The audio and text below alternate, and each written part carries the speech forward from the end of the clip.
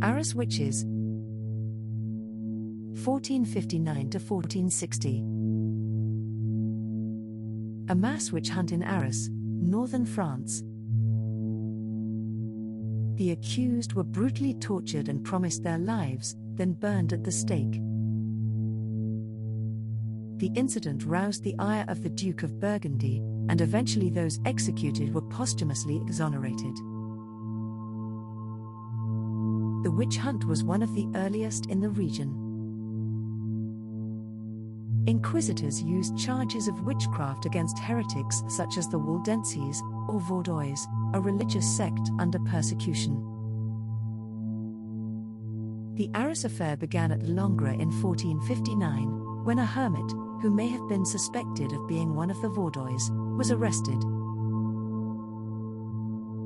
Under torture, he admitted attending a sabbat. The Vaudois were said to hold nocturnal revelries in worship of the devil, and named a prostitute and an elderly poet of Arras as his companions. The hermit was burned at the stake, and the Inquisitors arrested and tortured his accomplices. They, in turn, confessed and named others.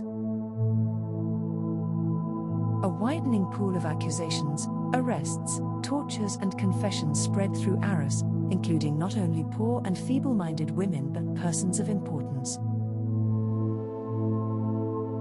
The Inquisitor of Arras was spurred on by his zealous superiors, two Dominican monks. The Dominicans believed that 1/3 of the population of Europe were secret witches, including numerous bishops and cardinals in the church. Anyone who was against burning witches was also a witch. The accused were put on the rack and tortured. The soles of their feet were put into flames, and they were made to swallow vinegar and oil. They confessed whatever the judges wanted, specifically, to attending the sabbat, where they bowed to the devil and kissed his backside, and then indulged in a sexual orgy. They also named others in accordance with the Inquisitors' leading questions. The Inquisitors lied to them, promising that in exchange for their confessions, they would be spared their lives and given only the mild punishment of a short pilgrimage. Instead, they were sent to the stake, where they were publicly denounced and burned alive. As they died, some of them shrieked out to the onlookers, protesting their innocence and how they had been framed, but to no avail. Some of the richer prisoners bribed their way out, but most were not so lucky. Their estates and possessions were seized.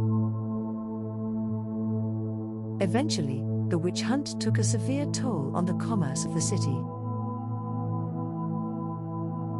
Arras was a trading and manufacturing center, and many ceased doing business there, out of fear that the merchants they dealt with would be arrested and have their money seized. At the end of 1460, Philip the Good, the Duke of Burgundy, intervened, and the arrests stopped.